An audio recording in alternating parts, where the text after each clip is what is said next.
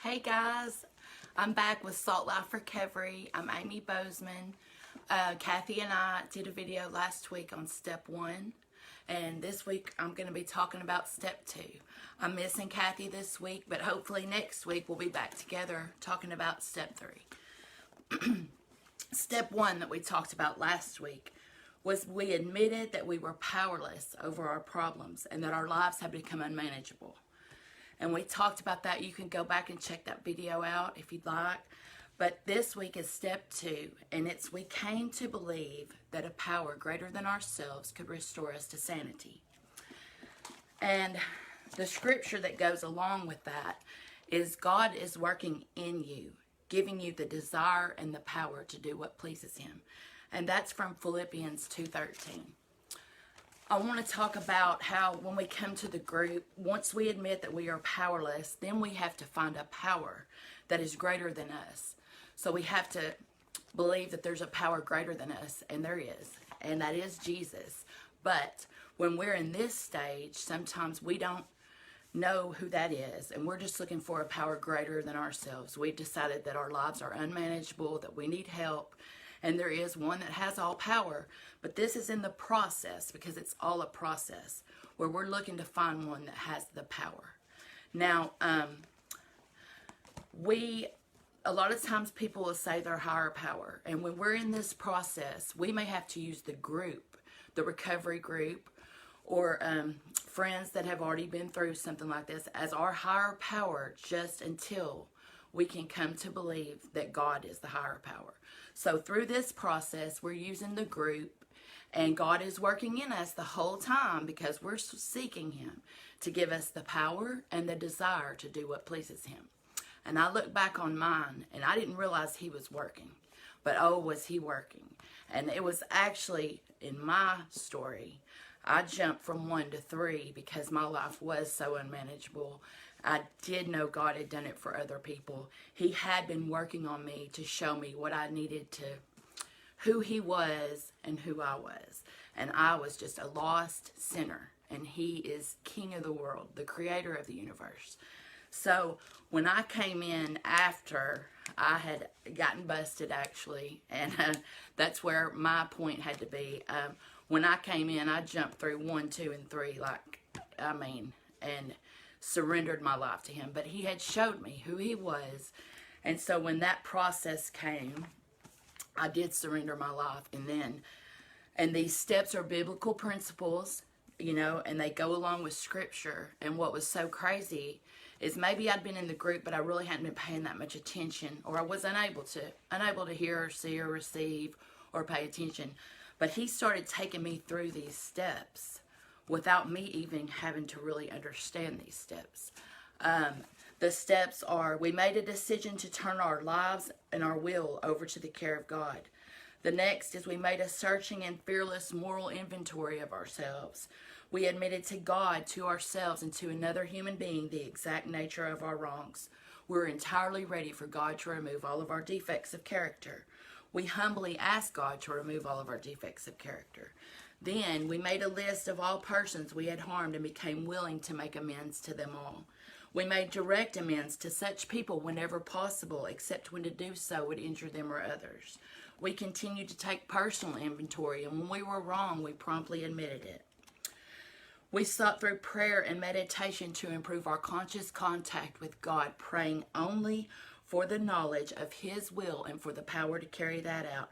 And then in step 12, finally, having had a spiritual awakening as the result of these steps, we tried to carry these messages to others and to practice these principles in all of our affairs. Well, after I got saved and devoted my life to Him, these things were what went along with making amends and getting back in a right relationship with God. So it's what our natural desire is when we finally come into that life with Him. But I just want to reach out to everybody out there. I think back, and I know I probably wouldn't have listened or understood or heard, but planting the seeds to these people that are struggling, that don't know the Lord, that are lost. I remember going to Brickfest when I was a young girl, when it used to be downtown here in Malvern, Arkansas. And this man came up and he told me his testimony. I thought it was kind of awkward, but he was telling me, I believe he knew that I had started rebelling, probably through people talking or whatever. But he shared his testimony with me. And do you know that at the age of 41, from that early of an age, when I did surrender my life to Jesus, that his words came back to me like I remembered it like it was yesterday. And anyone that planted those seeds in my life, that's why it's so important for us as believers to share our testimonies, to share our stories.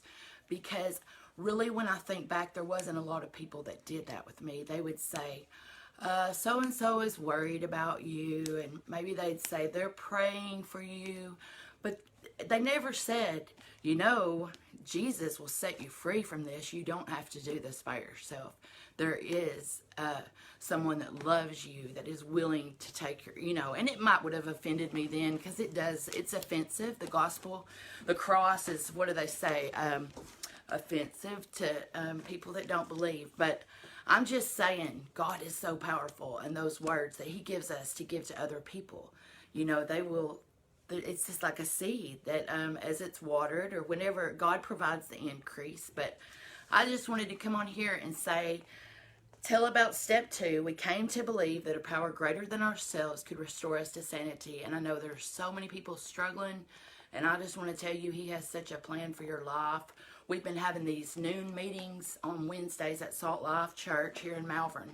And I've just been amazed through this at the people sitting around the table. It's like, I don't know if God has given me a little bit more of an eye to see, but I see him raising up these leaders. There's just something so special in everyone that's coming, and you just see them getting it, and it's just so exciting. I think right now is such an exciting time. I know we're going through a pandemic. I know the world has gone crazy.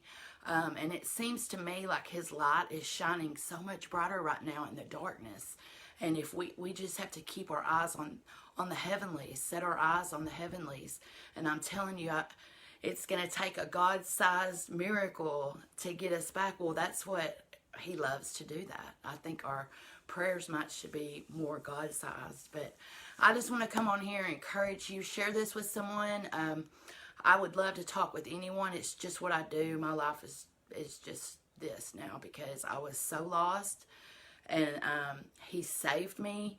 And I just want to see everyone come to just have this abundant life in him with doesn't matter what's going on. You just crank up some praise music, get in the word, pray to the Lord, share him with everyone. And it's really like we aren't of this world, even though we have to live in it. So I thank you all for tuning in.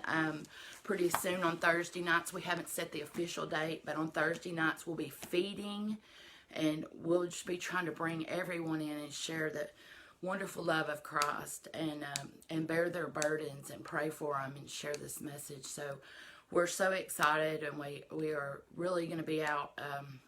I really feel like I'm being called to the streets more. So just I just pray y'all will join us, or share this, or pray for this town and pray for this nation. So thank y'all for tuning in, and we'll see you next week with step 3.